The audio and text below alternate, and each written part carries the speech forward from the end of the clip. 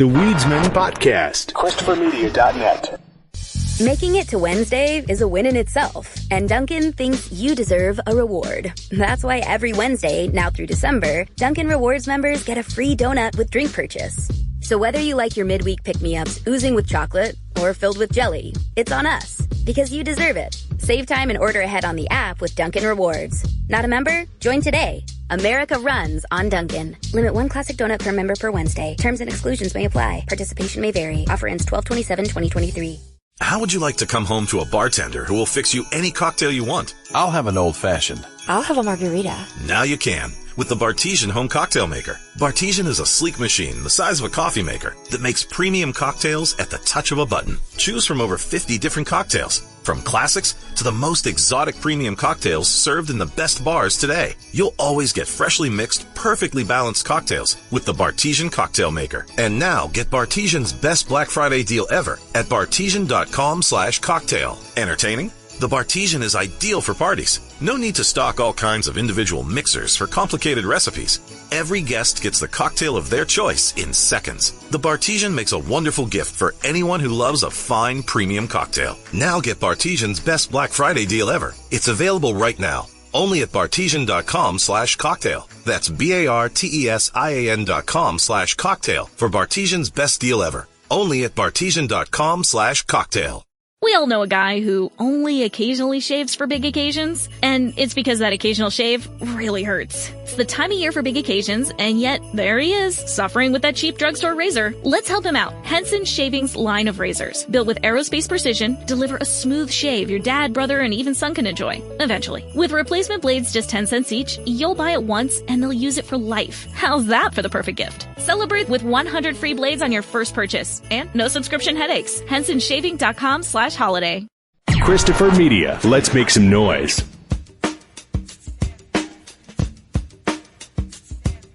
From Asthmacore Studios near Detroit, Michigan. Oh, man. It's the Weedsman Podcast. I have no idea what's going on. And now, you have smoked yourself retarded. Here are the Weedsmen. You want to get high?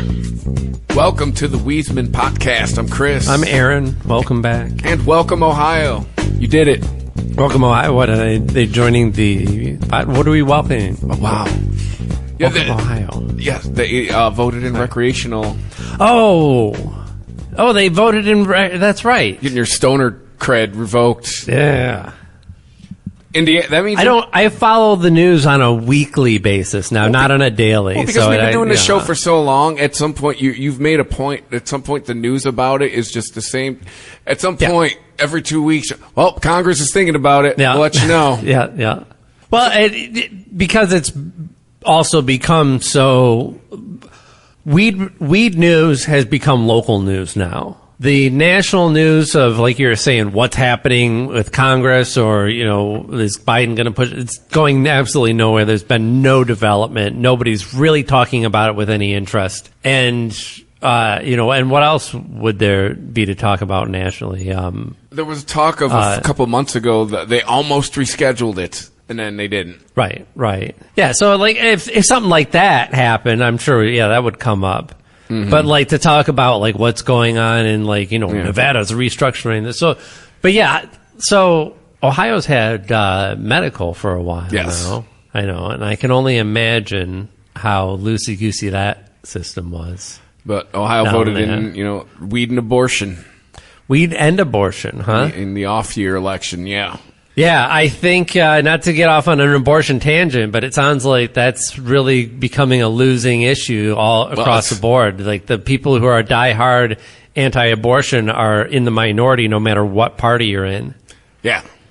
And I don't think you're going to hear about it anymore in the presidential races. Because it's certainly not. I don't think that like in the primaries they're not going to make. No, because it'll just do nothing but hang up L's for you on the right side of things. Yeah. But anyway, welcome Ohio. You're surrounded pretty much.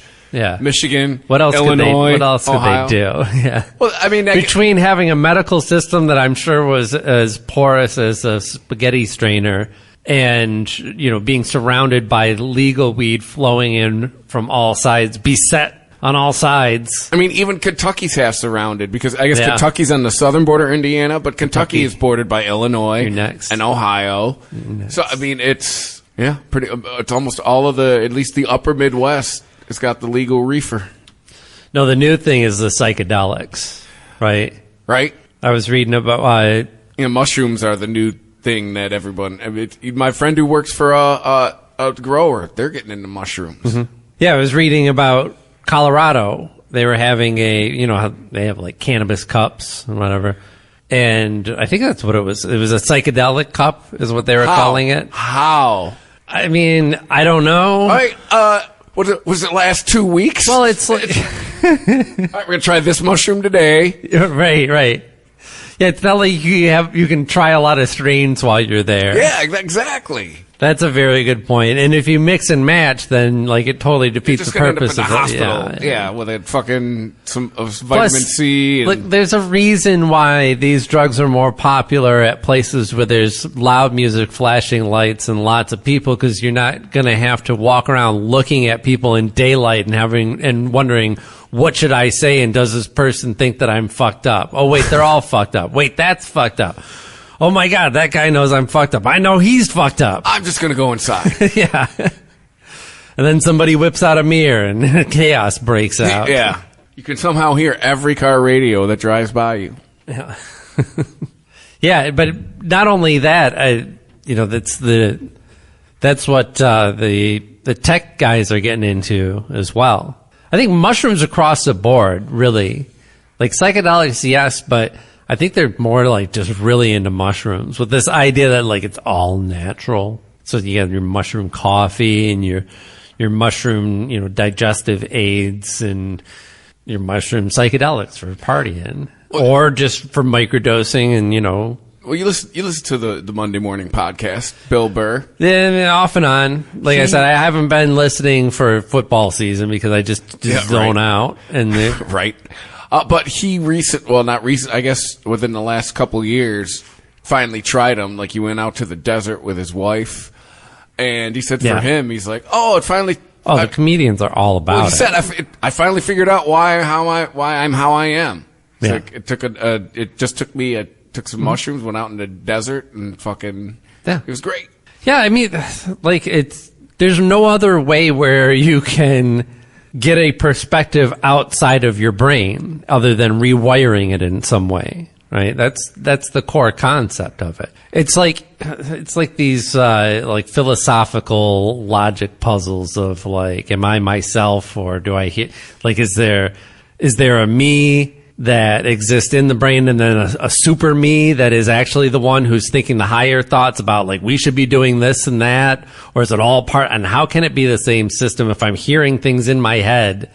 It sounds crazy.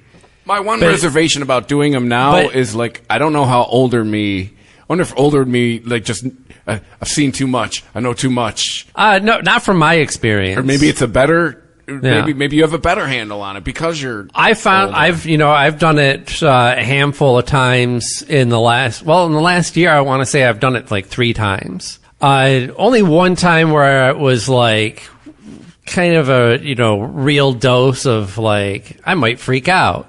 That was fine, but you get to that edge. But the other times were kind of more just like eat a little handful of dust and have a good time at the party. And get a little giggly. I didn't really get any visuals or anything like that. But either way you slice it, all experiences were actually super positive. It wasn't that the one experience was like so severe that I thought I was going to freak out.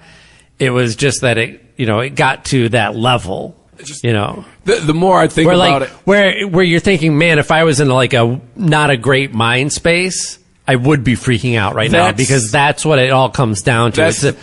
You've got it timing is got to be perfect. It's not like you're going to be like depressed or suffering from like something that's bringing you down and you're going to like take this drug and it's going to pop you out of it. That does not happen. The drug will take you where you're already pointed, right? You get in that ship and you point it a certain direction and then you pump it full of this mushroom fuel and you see where the trip takes you.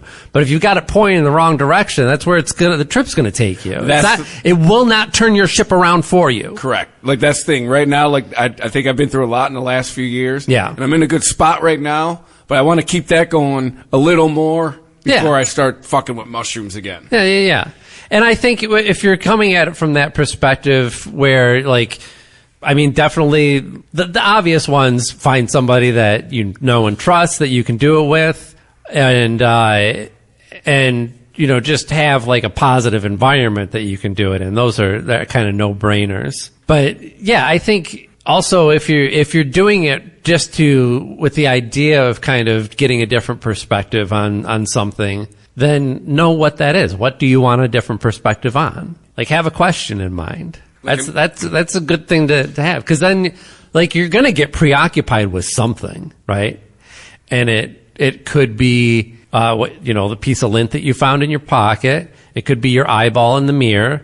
It could be, a dead relative, and it could be the cat that you missed from your childhood, or some movie that you saw that fucked you up. So you're gonna fixate on something. So have something that you can fixate on and be like, well, yeah, why am I doing this again? Oh yeah. What are we all doing here? It could just be an existential question of like, let's find out what happens when you go into the situation with this kind of question in mind. What is my greater purpose, or something like that? Yeah. There's no shame in asking those questions. I mean, I'm not saying that like you're going to pop out the other side of this stuff with like the answer, right? You just might have a different way of coming at the question, right? And you won't figure that part out until you are sober and you actually kind of put it all together. You don't come up with the answers. Like my buddy said, he saw God one time, but he was fucking high. And like, did it matter? Did it make him religious when he was sober? No. I just think you got to be able to be by yourself. You got to be able to be with yourself, by yourself, sober, in a good spot before you go fucking with that shit. Just about there. Be with yourself. Oh, you mean like, what do you mean by yourself? Like you believe that you should take it by yourself? No, before I'm you go. I'm not opposed to that if you're before you go messing with stuff like, you need to be able to be stable. There's some people that can't be with themselves by themselves sober. Oh, yes. Right. I got you. So that because that is with any psychedelic good advice. You might just need to be alone, right? But if you're the type of person who isn't comfortable with that anyway, then you're going to feel trapped. Yes. If you're with somebody else, because you don't want to leave them because they're your safety net, but you're also freaked out because they're looking at you weird and they're thinking things that you can hear in your head, and you're like, oh no, they think I'm a weirdo or something like that. But you can't just slink. Yes, you've got to be a little bit comfortable with yourself. Well, I'm getting at kind of a mental. If you can lay in your bed in the dark by yourself with nothing on, and feel okay with it, you can fuck with psychedelics. Yeah. If you can't, you probably shouldn't, because you might not have a good time. Yeah, it's not really for those suffering from ADD, right? Because they'll be looking to move on to something else and be stuck in the situation where, like, I can't wait till I come down. I want to do the dishes, but yeah. So welcome to Weed, Ohio, I guess. Yeah, welcome to Weed, Ohio.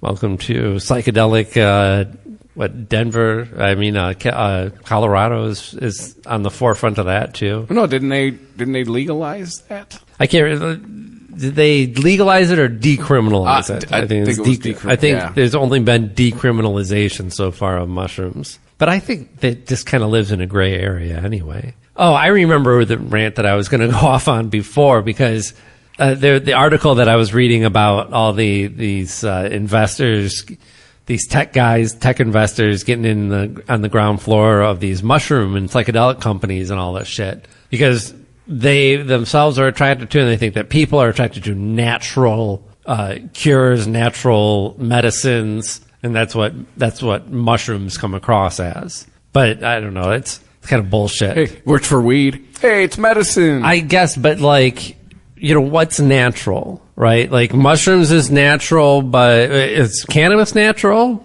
as well? It's derived from a plant, but what is this that this is like a vapor, like a liquefied form. It's been processed. Well, too, could you argue that any of the flour you buy at any dispensary is natural? I mean, that shit's been it's all pumped hydro, full of, nutrients and they sprayed and probably, added to it. They go through. People do what they can to get the most yield. Yeah.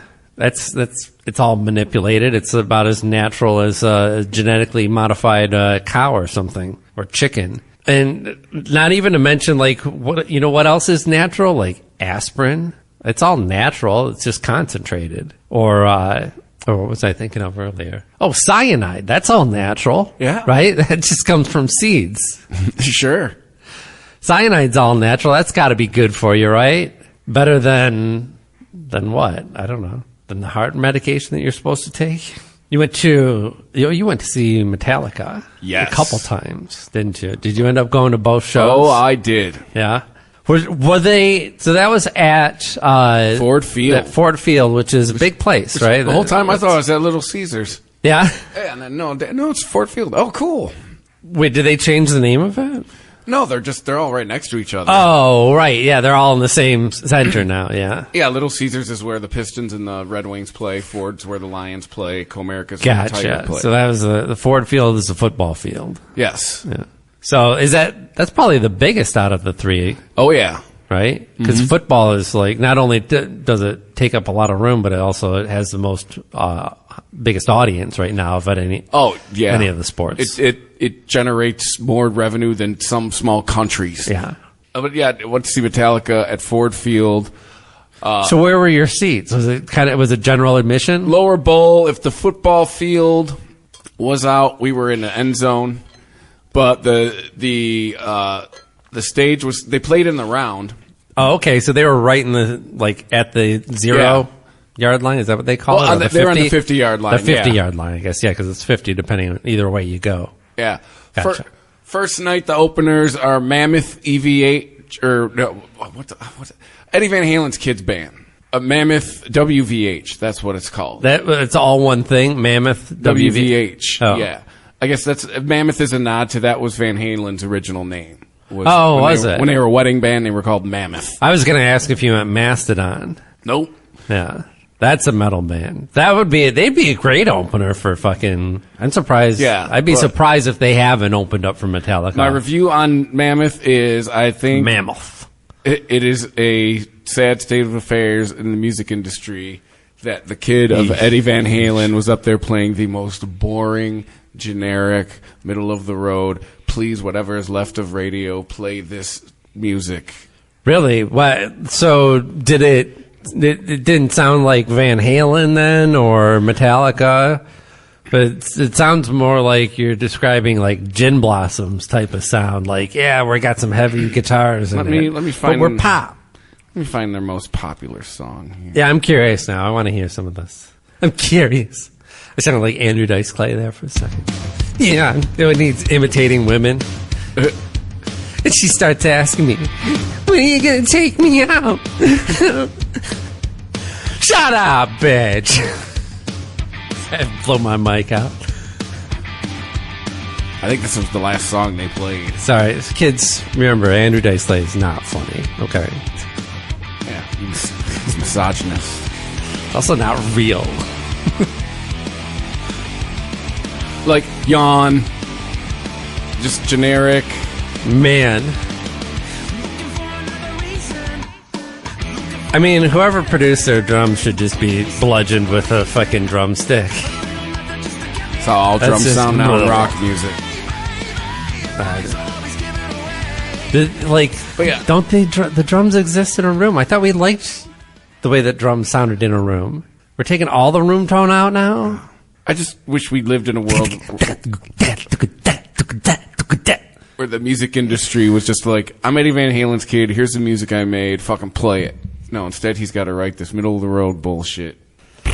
Yeah, that sounds like, what it sounds like is some 80s hair band is trying to make like a new metal comeback. That's what that music sounds like. And didn't do any of his dad's music, but he even said after the Taylor Hawkins concert, he's like, you're not going to see me doing this. Yeah. Well, is he... Dude, he shredded Hot for Teacher note for note at that Taylor Hawkins concert. Oh, really? Oh, yeah. So why the fuck isn't he doing that shit? Then? Right? Hold on. I don't know, man. Let me see if I find that real quick.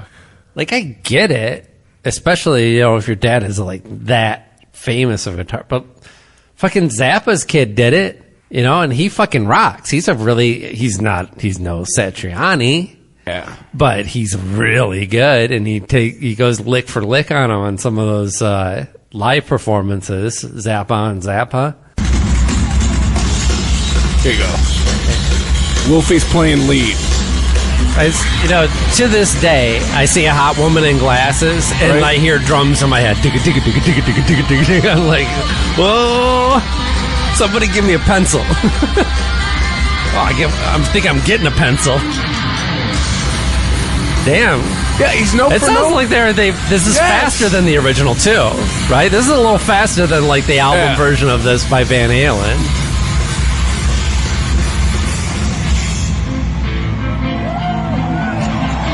Is that still, he's playing that part too, or somebody? Yes, Wolfie is playing lead guitar on this song. Right. I'm just making sure he's doing the switch over, because that's fucking.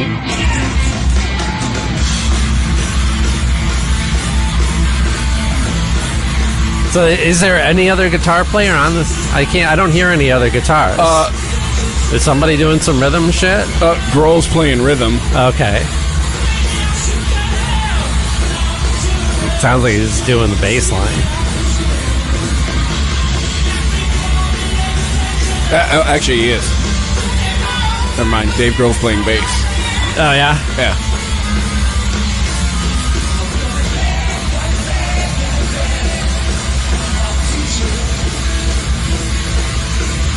Who's on drums? I don't know. Some dude. Yeah. He's like... He's getting really excited, man. He was really pushing it into that last chorus. I think Wolfie's trying to slow him down here for a second. He's like, come on, man. My calluses are going to fall off.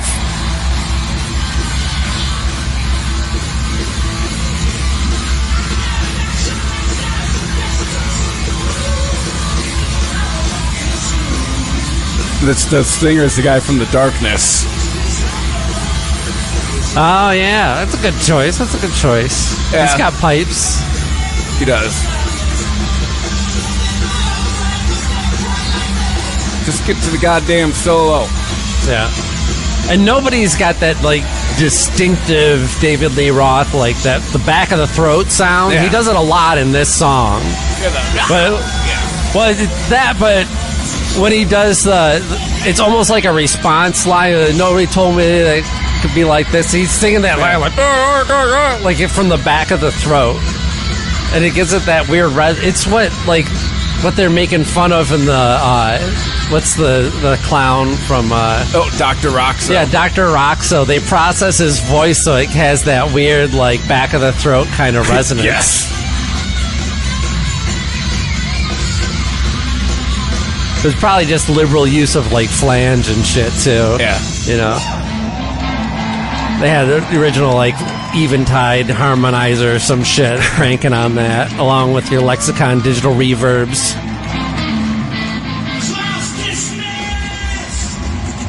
But yeah, so I had to watch that guy play bullshit music. Damn. I'm sitting there like, come on, you can't even like do like the beginning of Panama just to like. It's like seeing the wallflowers, man. Right. So yeah. So then Pantera's next. All right, Pantera. Well, who's left? Exactly. The singer and the bass player. Okay. Zakk Wylde played guitar. You know, it came across as the Zakk Wylde's tribute. I've heard a lot of people talk about Pantera over the years, right? Yes. A lot of diehard fans. And two things that I have never heard them talk about that were exceptional about Pantera were the singer and the bass player. Right. Everyone wanted to talk about drums and guitar when it comes to Pantera. It was very evident those two gentlemen are dead. And without those guys, I mean, like, Pantera is... Well, they transformed themselves. First of all, if you listen to that first Pantera album, they were just as fucking hairy metal. Yeah, they were just as fucking hairy ass metal as everybody else of the day. And they made a change that I'm not saying that they invented that shit, but they were picking up what was going on in metal and kind of took it over the goal line. If I can, nothing in metal. I was talking about this on Friday. Nothing in metal sounded like Vulgar Display of Power when it came out. And No nothing fucking way. and This nothing came out in, sounded like, 92. and nothing sounded the same since. No. Right? I think like Vulgar hair Display- metal was done after that. Like maybe Rat would try and take another bite at the apple and just get fucking rejected. Yeah, I think Vulgar Display of Power, like, quite honestly, like, started a whole new genre of metal. Yeah. But, so, it was... But not just started a new genre of metal that made every genre that came before obsolete. Right? Yes. Because now from there we started seeing metal really start to splinter out into death metal, New metal. new metal, rap metal, fucking, I don't know, like all these fucking subgenres, stoner metal. But yeah, so Pantera was there. It was like no energy. It was very clear that Zakk Wylde is a good guitar player, but Zakk Wylde is a lead guitar player. It's very obvious he's been a lead player for like 30 fucking years because he didn't have the rhythm chops. It sounded like Zakk Wylde's interpretation of Pantera songs. Yeah. It was very clear the bass player was missing his drummer. Like they definitely were not there was no You gotta energy. lock it in. There's no. It's like, I'm talking about Pantera, and there was like no energy. because part of, like, it's apropos that what you played there, because that was kind of part of the sound, was that halftime feel to it, right? And you have to be more in the pocket when you play that than you do just straight bit, right? Yeah. Like you've got to be tight when you're hitting those. Yeah, That's what's driving the song forward. But there was only one album. It was the album after this, where when they played songs off that album, they seemed to catch a groove. Every other song, they just seemed like they couldn't find they couldn't lock in. yeah, It bummed me out. And it's like, yeah, I was it's afraid like, this was going to happen. yeah. I mean, like, Anthrax is another example of like a band that like defined thrash metal, but could never, like, the genre got away from them. Ironic you bring right? them up because that's whose drummer was Really? they're using. That's an interesting. It's Charlie Benanti. Yeah, I mean, I'm sure he's a great drummer. Like, yes, these were all competent musicians, but just like not every. It doesn't always work. They were not as. It was clear that Dimebag Darrell was like a force. He was just. If you ever seen him live, he was just a fucking human tornado.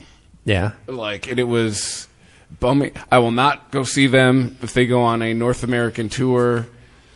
No, you can't go. Pantera. You can't go home again. I mean, it's not like they're all fighting. Like the two dudes are dead. Like it's just. I thought Zach had a kid or something, or wasn't there somebody that was like taking over the Zakk Wylde?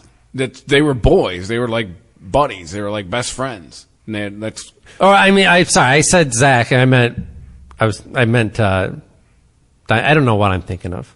Dimebag. I'm getting the two of them confused. You know, Dimebag and Zakk Wylde were right friends, and it's when the Pantera fans heard, they were like, "Oh yeah, that's the only person who could do it." But like when you hear it, you're like, "You're not Dime."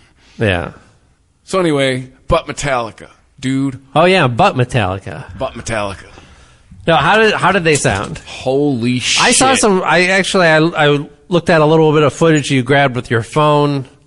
Some other people shared some shit, and I was like, wow, they sound good. Dude, first of all, like, stadium concert sound has come a long fucking way since the last time I went to one. Yeah. Like, no, the sound was just...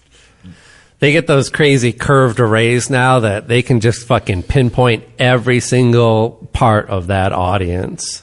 Yeah. But, I mean, they were on point. I mean, dude, they opened with Creeping Death. Yeah. Like, that's the kind of party it was. Fuck yeah. I have never seen them. Like, yeah, I've never seen them play live either. No, it was... And I was a huge fan back then. Well, that's the thing is, I cut all of my metal chops on this catalog. Mm-hmm. You know, from, I mean... The first Metallica songs I ever had tabbed out for me with solos were Sandman and Fade to Black. I believe Fade to Black was probably the first Metallica song my guitar teacher was like, check this shit out. Yeah. You know, played Nothing Else Matters in a competition. I got third place. Probably couldn't play a fucking lick of it now.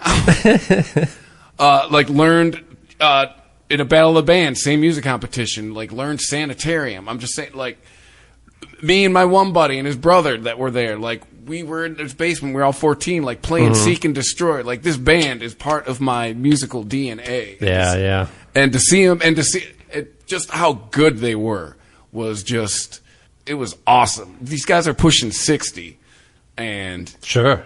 it was a borderline religious experience, and they not one song from Load over 2 nights. Yeah. 2 different sets. Good. Not one song from Load. Well, you know, Lars didn't bring his tin piccolo. Well, no, that's Snare. That's why they couldn't do anything off of Load. He couldn't find a trash can to beat on. No, you're talking about Saint Anger. They did one from Saint Anger. Oh, and that's even right. when they did play it, James goes, "This one's from your favorite album," and he winks. I'm like, and the next day I'm like, wait a minute. So you know we hate it. It's well documented that we know you hate it. Fucking play something. That's true, right? Play something else. Hey, why are you wasting everyone's time with this? Yeah.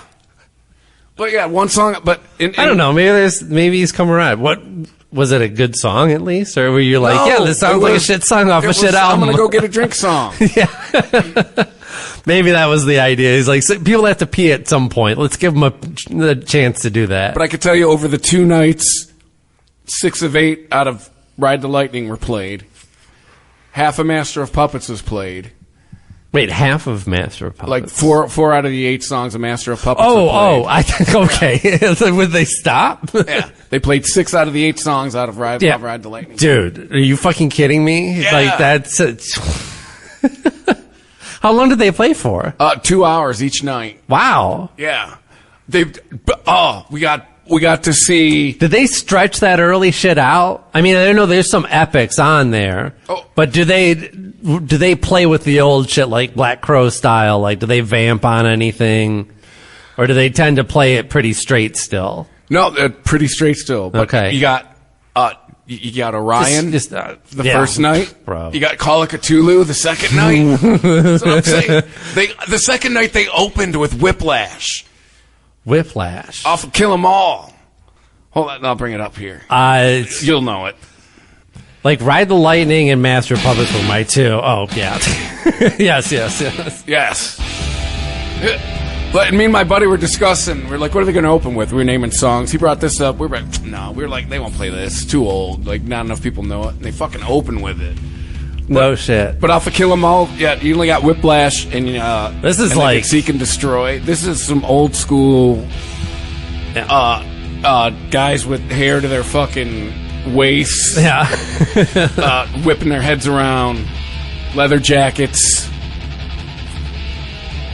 No. There's a bunch of fucking kids listening to Black Sabbath is what this shit is. Yeah. First night they closed with Master of Puppets, and they played the whole fucking thing. They didn't do single version. Yeah, they didn't do the one where they cut it off. No, they played. Yes. Well, no, they had cashing on that Stranger Things. Right. Because I was discussing like with my buddy, like they'd be running up that hill with Kate Bush. Whoa, we live in a world now where they can close with that. That wasn't a closer before. That was maybe like a mid-setter, maybe near the end. But now, like because of Stranger Things, that's a fucking closer. That's always been my favorite. People ask me what my favorite Metallica song is. It's Master of Puppets. That song is just fucking amazing, start to finish. And the whole album. That whole album is, but that is like the pinnacle of it. And they played Leper Messiah. That's the one. The first night we were like, "What?" Yeah. Like, but so wait. Maybe you said this already. What do they play from Injustice? So like one? Oh, you got one. Oh, and you got Harvester of Sorrow. Harvester of Sorrow. Bro. That's when he's at his most super hit. Like Sorrow. Yeah. Yeah, definitely got one. One was the second to last song, the second night. It's a good one still. It's a great song, man. Of course, you got Sandman. Yeah. You got, off of the Black Album, you got all the singles, and they threw in Through the Never, which is, no shit. Yeah. Dude, you know that's my favorite song off that album. That Through the Never is fucking... Yeah. That song was fucking rock, man. Yeah, you know, there was... There was some deep cuts. It gets me going, man. Dude, this is going on my fucking workout mix. I'm going to get pumped at the gym. I'm just going to naturally grow a mullet working out to this shit. But yeah, and then really from the new album, this just sounds like that old shit. Yeah. You know, this is like, and I'm not dissing the rest of the album. It's so, so many of these songs just got fucked out on the radio that I just couldn't listen to it for a while. But this one, this still has that energy of fucking Kill 'Em All and Master of Puppets shit. The new album, I think maybe they played like 5. Then maybe 3-ish off of Death Magnetic. But totally different. I think 1 or 2 off of, what was it, Hardwired to Stuff. The one that was before this last album that came out. Totally different sets each night. Oh, yeah. Were there any like things where they tend to string these songs together, or do they, oh yeah, they did this last night where they played this song and then that? Well, no, the whole shtick of the tour was you're going to see a different set each night. Okay. Oh, so they didn't even play anything. They didn't even double up on any songs between the 2 nights? No, it was 2 different songs each night. So, there are some people that were mad that they didn't get there on the fucking Enter Sandman night, huh? Yeah. That was last night. Yeah. They still have to play Whiskey in the Jar, whatever. Oh, God. It's a shit song. It wasn't a shit. It was a hit. It was a huge hit for them. I guess. I think, Whiskey in a Jar makes me think of Ghost World. You see Ghost World? The movie about it was Scarlett Johansson. And Thora Birch. Yeah. And they were these 2, like, kind of nerdy outcast girls. And they take, what's his name's character? The guy with the fucking teeth. Buscemi. Yeah. They take Buscemi's character to a bar to see this rock band, and he's complaining about how they're just like, God, what were they? Is that the one where he always called like Drunk Mule or something like that? And he's like, "We're gonna get drunk." Like, there's some stupid shit. It was like if you're an Adam Carolla fan, what was his rock and roll songs about whiskey or whatever the fuck it was? Retro Rock and Rock. Something like that. Yeah, everything was about whiskey and gambling and on whiskey. It was like that. It was like shitty white bar band blues. Like Detroit had a local version of that before the White Stripes. We had Mule. Today. I just don't get it. Hey. I'm Adam Carolla. These songs in my just day, kill me. rock and roll wasn't This about is from Man Show, right? Yeah. Or this robot crap. Our songs were about drinking and brawling and rambling. You're not going to find these lost treasures on the radio, but you will find them here. Pure retro rock and rock. That's songs that rock so retro hard, rock and rock. You'll think you died and went to hell. Songs about whiskey.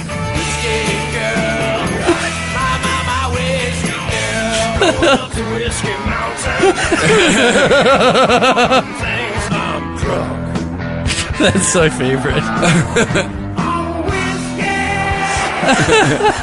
And songs about hard living, hard loving women. Yeah, so anyway, that's what I think of when I think of Whiskey in the Jar. And whatever happened to rambling?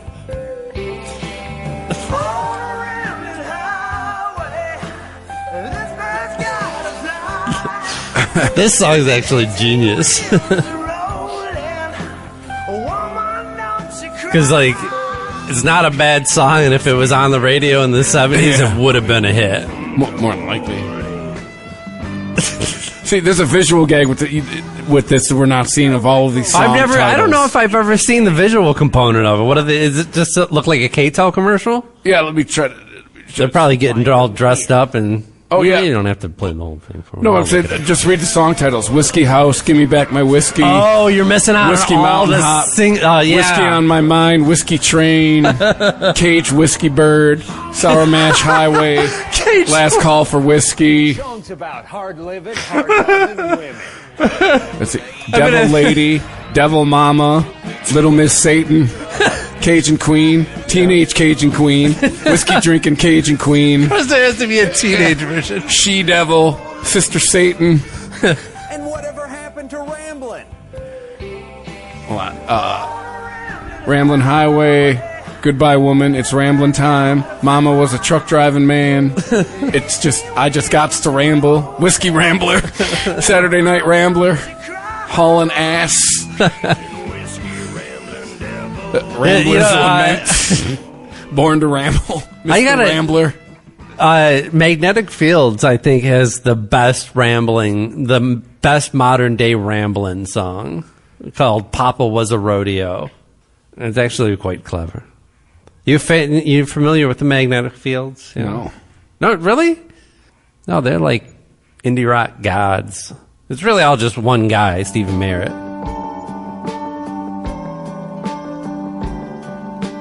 This is from his 3-album 69-song collection called 69 Love Songs. Your twisted point of view, Mike. He's also gay. Although he sings, he'll sing stuff from both perspectives. It's not like all his songs are like, I'm gay. Leonard Cohen fan? Or? Yeah, yes. Yeah, totally. I couldn't tell. No, I'm sure he is, but yeah. He also has other people singing his songs a lot, so not all of his stuff, because he knows he has a limited range. And I won't be back till next year. I see that kiss me pucker for me. But maybe you should plug it with a beer. 'Cause Papa was a rodeo, Mama was a rock and roll band. I could play Like, whatever. guitar and rope a steer. Doesn't make sense. Sounds like he's trying to write one of those songs. No, he is. Yeah, it's intentionally. That's when it didn't make it. You in didn't the finish writers. you didn't finish Oh. the chorus though. Gas love was a trucker's hand. Yeah, love was a trucker's hand. He's talking about masturbation. For a one-night stand. Before you kiss me, you should know. Papa was a rodeo. Does it mean he's got herpes? I've been around. That's what he's trying to say. No, actually, it's a really sweet song. It's one of the rare songs of his that has a happy ending too, because he keeps telling this person that he's with, like, "Hey, I got to move on. Hey, I got to move on." And at the end of the song, they're like old and living together, and he's like still kind of like jokingly saying, "Hey, I gotta move on eventually." But they've had a whole life together, so. Oh, so by the end it means sweet. death. Well, I guess. If they're I guess old. it's not that sweet, but they have a life together. Like anyway. Oh, I can see it. It's Well, if they're together and they're older, he's saying like, "Hey, one day I'm going to not right. be He has, here." yeah. That's great. Yeah, that's another way to interpret it, and that probably is in there. I don't know. Maybe he certainly doesn't shy away from the idea of death as a subject, although he's not overtly morose. The Weedsman Podcast. ChristopherMedia.net. Making it to Wednesday is a win in itself, and Dunkin' thinks you deserve a reward. That's why every Wednesday, now through December, Dunkin' Rewards members get a free donut with drink purchase. So whether you like your midweek pick-me-ups oozing with chocolate or filled with jelly, it's on us, because you deserve it. Save time and order ahead on the app with Dunkin' Rewards. Not a member? Join today. America runs on Dunkin'. Limit 1 classic donut per member per Wednesday. Terms and exclusions may apply. Participation may vary. Offer ends 12/27/2023. How would you like to come home to a bartender who will fix you any cocktail you want? I'll have an old-fashioned. I'll have a margarita. Now you can with the Bartesian Home Cocktail Maker. Bartesian is a sleek machine the size of a coffee maker that makes premium cocktails at the touch of a button. Choose from over 50 different cocktails, From classics to the most exotic premium cocktails served in the best bars today, you'll always get freshly mixed, perfectly balanced cocktails with the Bartesian Cocktail Maker. And now get Bartesian's best Black Friday deal ever at bartesian.com/cocktail. Entertaining? The Bartesian is ideal for parties. No need to stock all kinds of individual mixers for complicated recipes. Every guest gets the cocktail of their choice in seconds. The Bartesian makes a wonderful gift for anyone who loves a fine premium cocktail. Now get Bartesian's best Black Friday deal ever. It's available right now. Only at bartesian.com/cocktail. That's BARTESIAN.com/cocktail for Bartesian's best deal ever. Only at bartesian.com/cocktail. We all know a guy who only occasionally shaves for big occasions, and it's because that occasional shave really hurts. It's the time of year for big occasions, and yet there he is, suffering with that cheap drugstore razor. Let's help him out. Henson Shaving's line of razors, built with aerospace precision, deliver a smooth shave your dad, brother, and even son can enjoy, eventually. With replacement blades just 10 cents each, you'll buy it once, and they'll use it for life. How's that for the perfect gift? Celebrate with 100 free blades on your first purchase, and no subscription headaches. HensonShaving.com/holiday. Making it to Wednesday is a win in itself, and Dunkin' thinks you deserve a reward. That's why every Wednesday, now through December, Dunkin' Rewards members get a free donut with drink purchase. So whether you like your midweek pick-me-ups oozing with chocolate or filled with jelly, it's on us, because you deserve it. Save time and order ahead on the app with Dunkin' Rewards. Not a member? Join today. America runs on Dunkin'. Limit one classic donut per member per Wednesday. Terms and exclusions may apply. Participation may vary. Offer ends 12/27/2023. How would you like to come home to a bartender who will fix you any cocktail you want? I'll have an old-fashioned. I'll have a margarita. Now you can with the Bartesian Home Cocktail Maker. Bartesian is a sleek machine the size of a coffee maker that makes premium cocktails at the touch of a button. Choose from over 50 different cocktails, from classics to the most exotic premium cocktails served in the best bars today. You'll always get freshly mixed, perfectly balanced cocktails with the Bartesian Cocktail Maker. And now get Bartesian's best Black Friday deal ever at bartesian.com/cocktail. Entertaining? The Bartesian is ideal for parties. No need to stock all kinds of individual mixers for complicated recipes. Every guest gets the cocktail of their choice in seconds. The Bartesian makes a wonderful gift for anyone who loves a fine premium cocktail. Now get Bartesian's best Black Friday deal ever. It's available right now. Only at bartesian.com/cocktail. That's BARTESIAN.com/cocktail for Bartesian's best deal ever. Only at bartesian.com/cocktail. We all know a guy who only occasionally shaves for big occasions, and it's because that occasional shave really hurts. It's the time of year for big occasions, and yet there he is, suffering with that cheap drugstore razor. Let's help him out. Henson Shaving's line of razors, built with aerospace precision, deliver a smooth shave your dad, brother, and even son can enjoy, eventually. With replacement blades just 10 cents each, you'll buy it once, and they'll use it for life. How's that for the perfect gift? Celebrate with 100 free blades on your first purchase, and no subscription headaches. HensonShaving.com/holiday. ChristopherMedia.net. The Weedsman Podcast.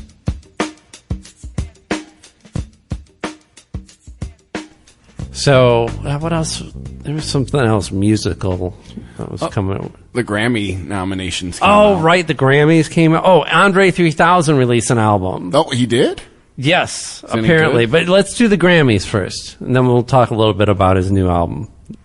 Because I'm really curious. Well, first of all, I feel like I know enough that I'm going to at least know who these people are this time around. Maybe not. I mean, not in the rap category, because I don't know what the fuck they're doing in rap.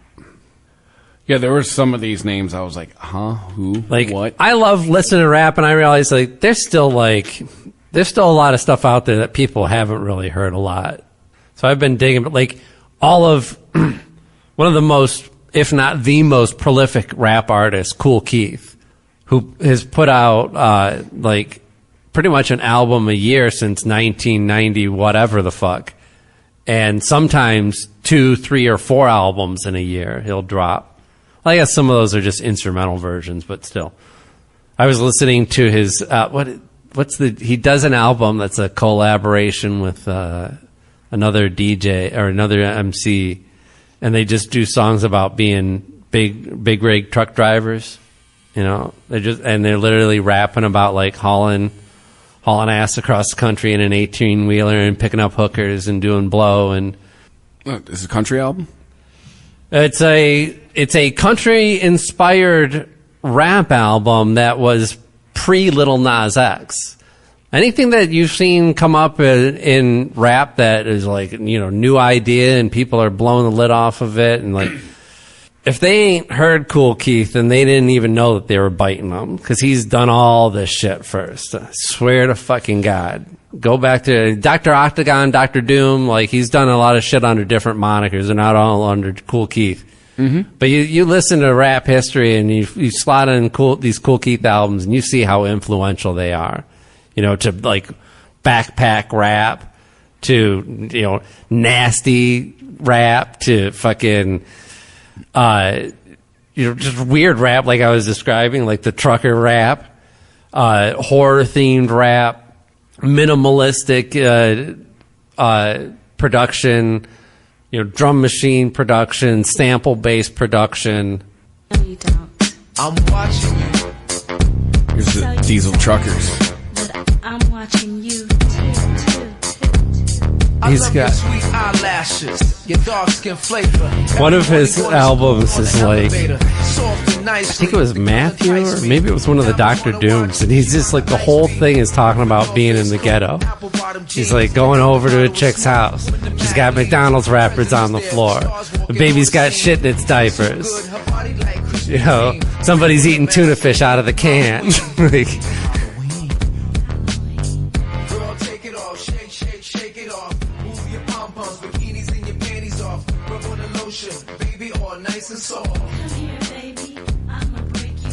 this is from I'm surprised this isn't from Sex Style. Because, like, Sex Style has all this dirty shit on there. It says Diesel Truckers. There's pull something else up off of Diesel Truckers just to get a taste of what they're doing. Yeah. Here's the Diesel Truckers theme. There you go. All right, well, and enough about Kool Keith. Let's get to the Grammys before we wrap it up here, because I wanted to go through this list and see what's hot in today's music. Yeah, what's hot in the streets. What's happening? Yeah, what's hot in the streets. What's hot with kids. Let's see, for Record of the Year, John Baptiste. I thought he was an actor. No, he used to be, I believe he left, or he's going to leave. He was Colbert's band leader. Oh, right, yes. Didn't he win, like, a bunch of Grammys a few years ago for one of his albums? What category, did you say? This is Record of the Year. Record of the Year? Single of the Year is what it should be called, but, yeah. How many people, is this a big hit record that he has? Let's see. Seems like that would be, like, in the news. No, John Baptiste. Wow. John Baptiste. That's what I wasn't sure if it was Baptiste or Baptiste. Oh, so it's pop. It says it's world music. Yeah, definitely. Sounds like it's, I think this is on Peter Gabriel's label. What would be world about this?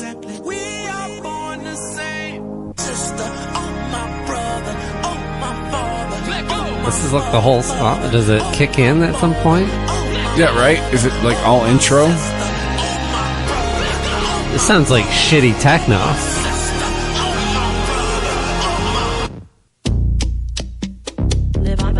Still same song, or did you jump there? Or no, same song. That's how it goes. Huh? Well, I scrubbed forward a little bit. All right. That pause, I did nothing during that pause. Okay. Man, get the fuck out of here. Jesus Christ. That's a Grammy nominated song. Listen to that shit. What the fuck was Not that? Strong Enough, Boy Genius. Now, this band has been nominated a lot. They got nominated more than Taylor Swift. Boy Genius.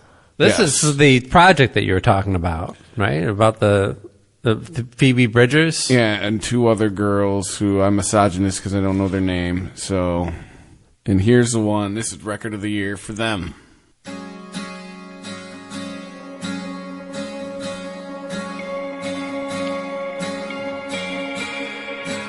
Oh, here you go. It says Julian Baker, Phoebe Bridgers, and Lucy Dacus. Dacus. I don't know. I feel if you call somebody a supergroup, they have to be all well known. I know the one. I don't know. I didn't call I called them a supergroup, but I was assuming. Well, also, YouTube Music's calling them a supergroup. Yeah. I know the one. I think they were all solo artists.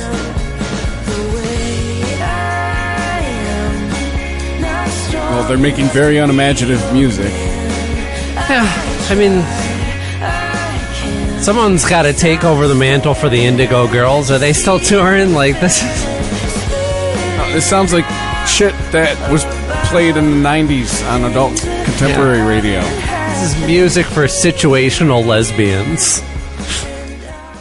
But there you go. Girls experimenting. It's another nominee for Record of the Year. It's two girls who were roommates, both had bad breakups, and they had a brief fling with each other. That was their favorite album. I feel this next that person was their record. I can play, and you'll figure out who it is. Okay. We were good, we were gold, kind of dream. Sounds like the chick from the Divinyls. Well, yes. We were right till this built a home and watched it burn. Oh gosh, man, that voice. Come on, you know who this is. I didn't wanna lie, started to cry. Nah, you can't. I don't know it. I can buy myself flowers, write my name in the sand. You got a very distinctive voice, and it seems like I should read, but I don't. You're gonna feel like an idiot when I tell you it is. Okay, I'm dying to know now because I'm totally stumped. Miley Cyrus. Oh, wow, her voice has got really deep, right? She's smoking a lot of cigarettes. And baby, I've lost all my range. Well, she never really had so it. So now I sing down here. Put the cigarettes down. Miley Cyrus, huh? If you ask me, that's a hit. To me, that's the best of the songs we've heard. Yeah, and that song sounds like it's a decade old already. Like, I would leave that song on and listen to the rest of it just to hear what it did. Yeah, it kind of had like a disco feel to it. Like, and it's not just that it had the disco beat, but it actually kind of has a disco structure to it. That and kind of an anthemic chorus. Yeah. That just like builds on the verse. It's not like a different part. And pretty sure you're gonna know this one. All right. You raved about the movie. I raved about the movie. I used to float. Was it Now I just Barbie? Yep. Movie? I used to Billie Eilish. What was I made for? I'm not sure Yeah, no, Billie Eilish. Bullshit. what I was made for. Here's another. She's got no range either. It's like. What was I made for? Anyway, I don't know. That stupid breathy female vocal bullshit that they've been doing for 10 years. Actually, we're kind of around to like 15 of it, actually. We're getting old. Shit, that goes back to fucking, like, the chick from the Sundays. It goes back to the 90s. Yeah, that's like true. But, Harriet Wheeler actually has a range, though. She just incorporated breathiness into her range. And it kind of gave her a talkative, like, Smith style to her delivery. This next one, never heard of this person until she's nominated for Record of the Year. Victoria Monet. The song's called On My Mama. There's a Victoria Monet now. They're just taking each other's names and, like, remixing it, right? Like Ice Spice? When I say she get it from her mama, I'ma say you fuck her right. Body rude is unpolite. Done being a humble type. Tell me, is you down? Cause I'm trying to go up tonight. I like the production on it so far. We'll hear what the beats sound like. I think we deserve it right. Very soulful. Top of the memories. It's a nice melody. In my life. Permanent ecstasy. All right. I like the horns. They sound real, too. Or, yeah, chorus and horns. I put that on my mama, on my hood. I look fly, I look good. You can't touch my bag, but you could. I look fly, I look You can hear them pushing the auto-tune a little bit, but it's not. They're not overdoing it. Right. So what's the chorus sound like? That's what it goes down to, right? I think this is the chorus. Yeah. No. We got some bars. Fucking mutant and I would have raps. Maybe worked on better lyrics. Yeah. So lots of.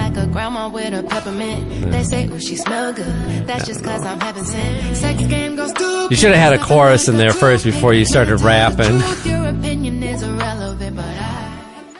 All right, we're gonna keep going through. These are allegedly all like the biggest songs of this year.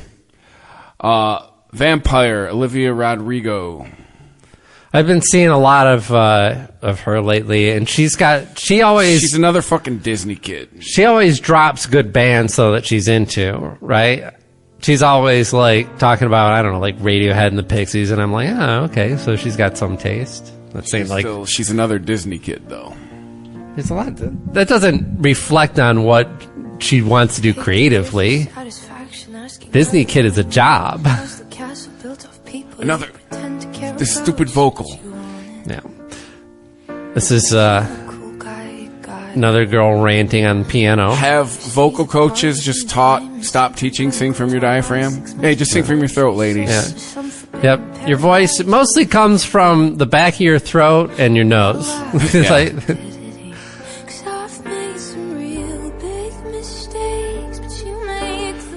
Yeah. Okay. So she's dropped a lot of cool bands that, but she doesn't make music that sounds anything like it. So that answers that question. You knew she was going to make an appearance.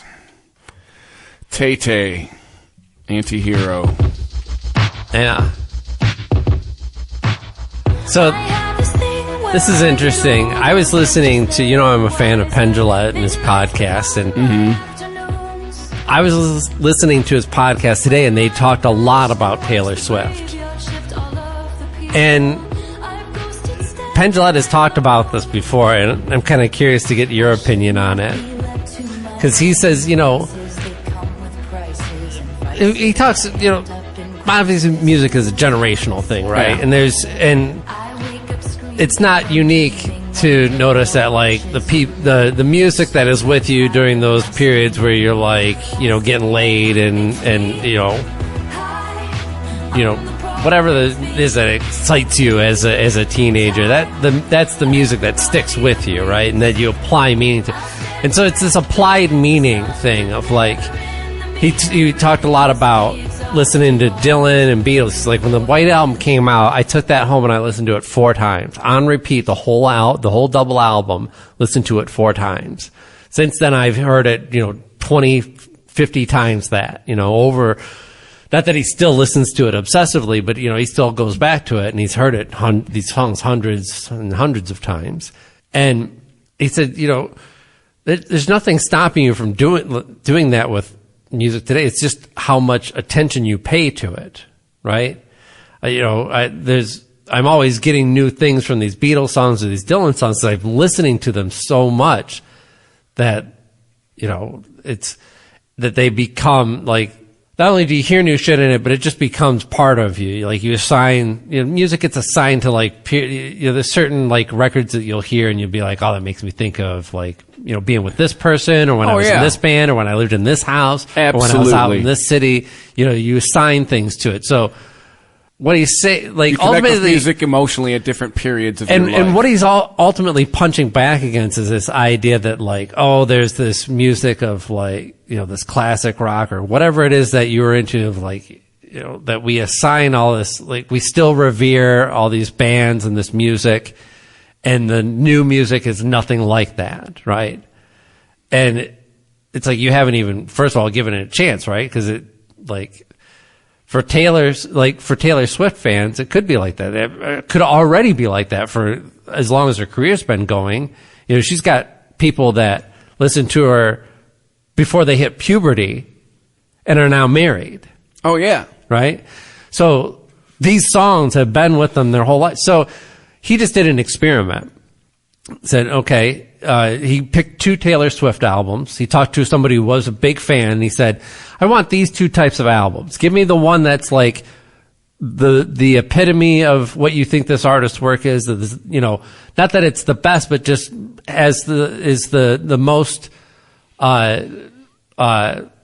representative of her career, right? Because she has changed over the years. Yeah, she started as a country artist. And then he said, and then give me the record that kind of pushes against that. Give me the record where she was decidedly going in a different direction. So like when she went kind of more, I think Folklore was the album that they picked for that. Yeah. Right? Oh my God. I knew that too. I was going to say, if anything I've picked up from reading all about it, it's the Folklore one where she was trying to, her COVID album. Right. Where she was, it's almost like a statement, like we're doing this now. Right.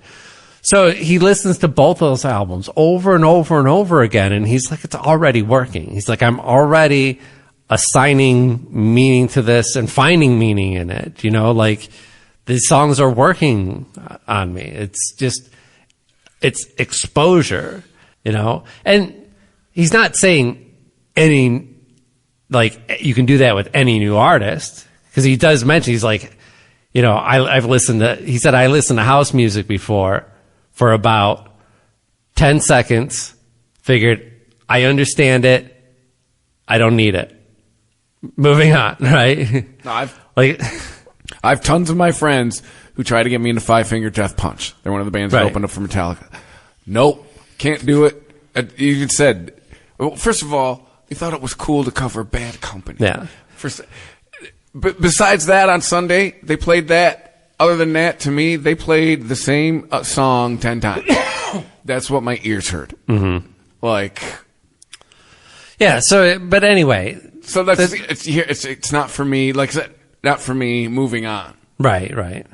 But yeah, I mean, I don't know. It's just pushing back against the idea that something is better just because it's older, right? That it had like the lyrics of the Beatles have more meaning. He said, now he broke this down too. He's like, the Beatles lyrics are dumb. They're all dumb. None of them are that great. We all love them because they're all attached to these great songs, and we attach meaning to the songs because we love these artists and we want to look into what did he mean behind the walls? What did he mean behind the number 9? What did he mean behind any of this random shit? It's like these lyrics are dumb. They're either, hey baby, fuck me, or we just cut and pasted some nonsense together. Yeah. This is like, they are not great lyricists. Taylor Swift is actually a good lyricist. The way that she uses rhyme, the way that she uses the structure of the song, she's like good at this. Now, one point I will make against Mr. Gillette is with football season, I have cable again, which means I have access to commercials. Mm-hmm. And they are still using 50, 60-year-old music in these commercials. Yeah, but that's because it shit. Right, they weren't doing that when we were in our 20s, because that would have been like Glenn Miller and fucking like, and like Count Basie. They did not. That music for some reason still resonates. Like my fucking 19, 20-year-old nephew loves Led Zeppelin. Yeah. Loves Jimi Hendrix. But they're tapping into the wallets, right? They want that big fat trucker wallet that's in that 50 to 60-year-old back pocket. That's ultimately what they're targeting, because men, especially in that range, they're different these days than they were in your my day. They're not old guys, right? No, and they're more buying shit. They want the new truck all the time. They want the video game systems. They want the hi-fi stereo components. No, but I guess the commercial I'm specifically talking about TVs. right now, they're using Knights in White Satin and Timothy Chalamet to sell fucking perfume. Wait, what does Timothy Chalamet have to do with it? He's in the fucking commercial. Oh, yeah. And they're playing Knights in White Satin, and he's just doing his 1,000-yard stare. It's crossover appeal. Yeah, and then it's fucking something by Chanel or some shit. Yeah. Yeah. Versus, what, they're not using Taylor Swift to sell? Yeah, something from now. Right, because that's a wallet one step removed that you're trying to get to. You're like, hey kids, go get your parents' wallet. That's not as easy a sell as, hey fat ass, whip your wallet out and throw some down on this truck. But what I'm getting at, that's more like, hey granddad, go get your wallet. I mean, like, Well, yeah, but that's what I'm saying. I think the spending hippies are all in their early the spending 70s habits now. of that age group is a lot different today than it was back when we were kids. You know, the people that were 50 and 60 years old, they were already getting their gray hair, and they just fucking, you know, they're still wearing the same clothes that they wore in the 50s, and they were settled in their ways, and they're not going out and buying stuff. They had a TV. What the fuck do they need color for? You can see the ball fine, the golf ball fine on a black and white. Yeah, it's white. You know? So it's a baseball. As long as you kept them in fucking sausages and cigarettes, they were fucking fine. They didn't need a lot of shit. Now, dudes need shit. All the way up until the grave, they need new shit. They can't go without I bought a PS5. I'm going to be 50 in a couple years. I bought the newest and hottest gaming system because I fucking have to have it, god damn it. I can't not play that Spider-Man game. That's a travesty. So, there was anyway. Here's Miami Dolphins coach. They asked him if he was coming up on a tough game. Well, the name's ubiquitous enough. He's playing Bill Belichick. Yeah. And they asked him, like, you know, is playing Bill Belichick tough?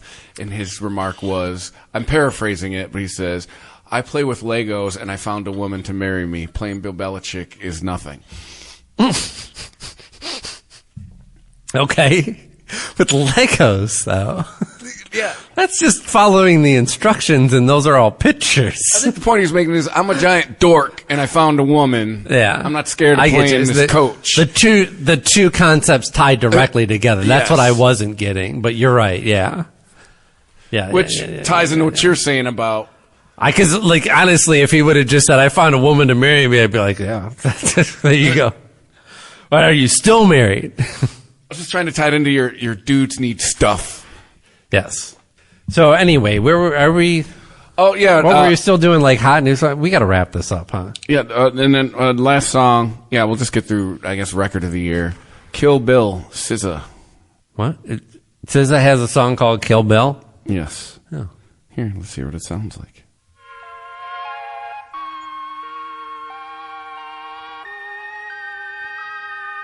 Is that like a sample from the movie or something?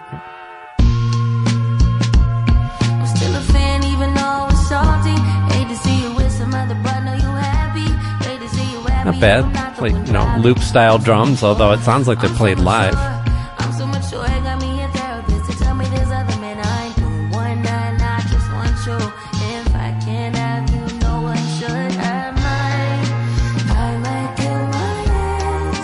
Hey, I like this.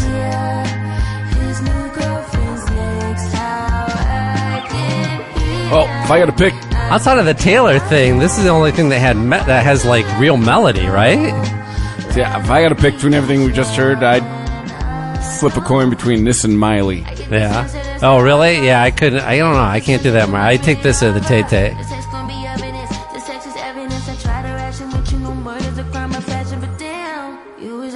I mean, somebody's gonna barge into this song and do a couple bars of complete bullshit at some point.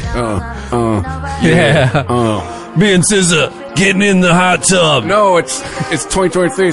Oh yeah. Me and SZA getting in the hot tub.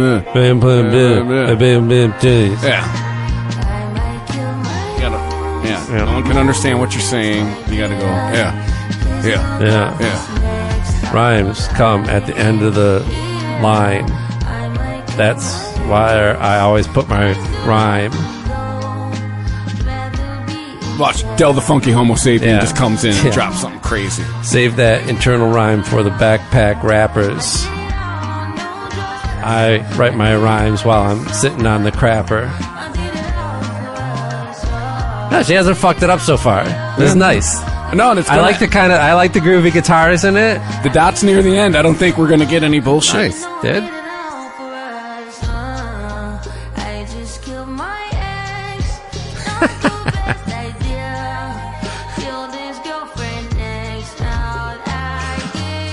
I love this song. Wow.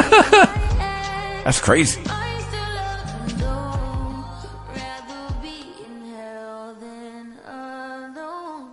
Give that song all the awards.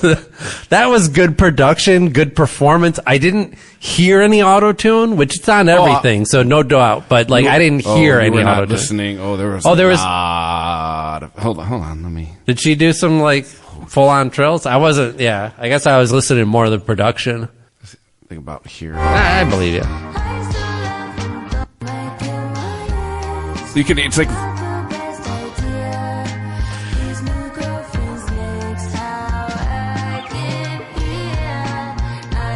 Get to a verse.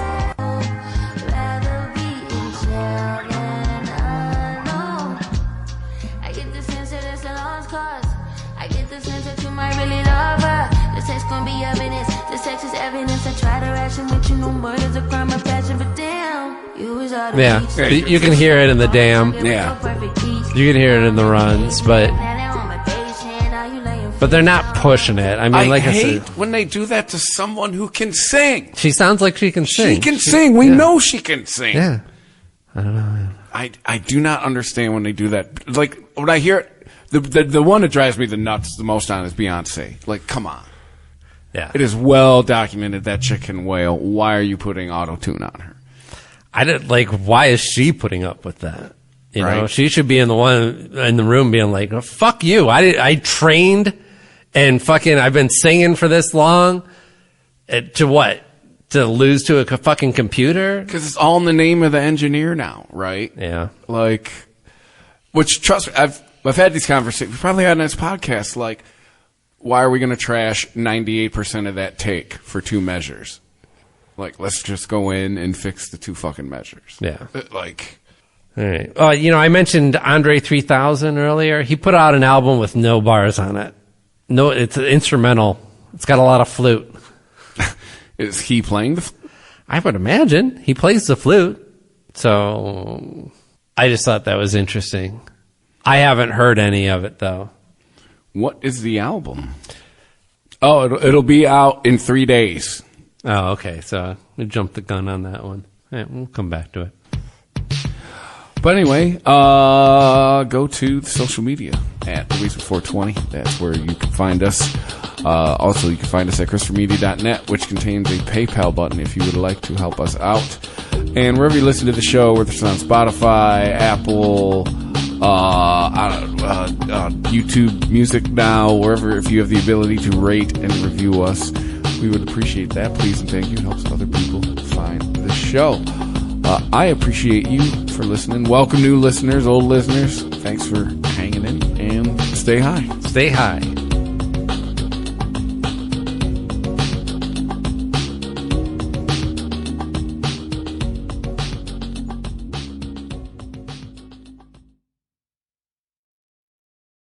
Making it to Wednesday is a win in itself, and Dunkin' thinks you deserve a reward. That's why every Wednesday, now through December, Dunkin' Rewards members get a free donut with drink purchase. So whether you like your midweek pick-me-ups oozing with chocolate or filled with jelly, it's on us, because you deserve it. Save time and order ahead on the app with Dunkin' Rewards. Not a member? Join today. America runs on Dunkin'. Limit 1 classic donut per member per Wednesday. Terms and exclusions may apply. Participation may vary. Offer ends 12/27/2023.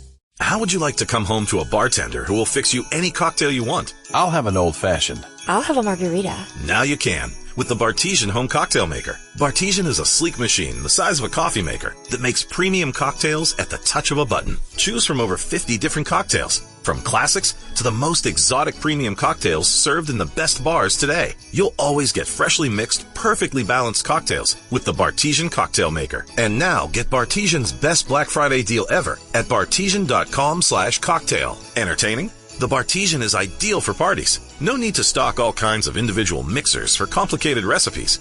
Every guest gets the cocktail of their choice in seconds. The Bartesian makes a wonderful gift for anyone who loves a fine premium cocktail. Now get Bartesian's best Black Friday deal ever. It's available right now, only at bartesian.com/cocktail. That's BARTESIAN.com/cocktail for Bartesian's best deal ever. Only at bartesian.com/cocktail. We all know a guy who only occasionally shaves for big occasions, and it's because that occasional shave really hurts. It's the time of year for big occasions, and yet there he is, suffering with that cheap drugstore razor. Let's help him out. Henson Shaving's line of razors, built with aerospace precision, deliver a smooth shave your dad, brother, and even son can enjoy, eventually. With replacement blades just 10 cents each, you'll buy it once, and they'll use it for life. How's that for the perfect gift? Celebrate with 100 free blades on your first purchase, and no subscription headaches. HensonShaving.com/holiday. The Weedsman Podcast. ChristopherMedia.net.